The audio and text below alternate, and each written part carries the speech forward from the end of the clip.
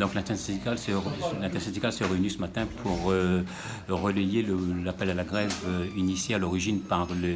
l'ensemble des syndicats de la branche hospitalière, pour relayer donc localement cet appel, compte tenu du fait que pendant la période de crise sanitaire qui continue, malgré le fait qu'on soit en déconfinement, la crise n'est pas terminée. Nous réclamons des moyens supplémentaires, tant dans l'hospitalier, la territoriale ou l'ensemble de la fonction publique, pour pouvoir assurer nos missions. Le gouvernement doit impérativement reconnaître ses agents, pas uniquement en donnant des chèques vacances ou autres, mais principalement en revalorisant les salaires, en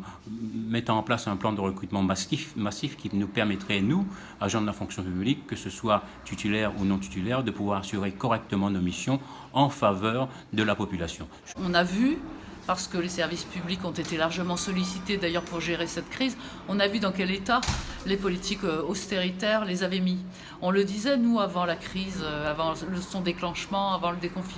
confinement, puis le déconfinement, que les services publics avaient subi pendant des décennies une logique austéritaire qui les avait dépouillés, un manque de moyens, etc. etc. Donc la crise n'a fait que révéler l'ampleur des dégâts causés par ces politiques. Donc aujourd'hui, il est temps de tirer les leçons de tout ce qui a été, de tout ce qui s'est passé pendant cette période, et de doter enfin les services publics de moyens pour fonctionner.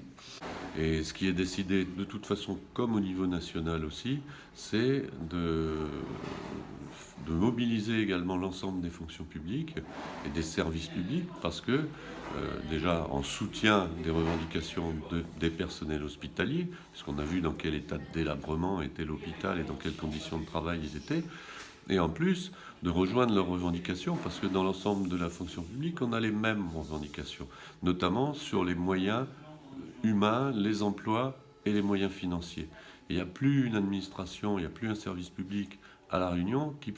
qui fonctionne normalement, et ça, on l'a bien vu avec la crise. Donc c'est tout à fait naturellement que l'ensemble de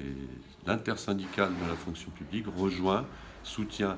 et étoffe le rassemblement et la manifestation des personnels hospitaliers.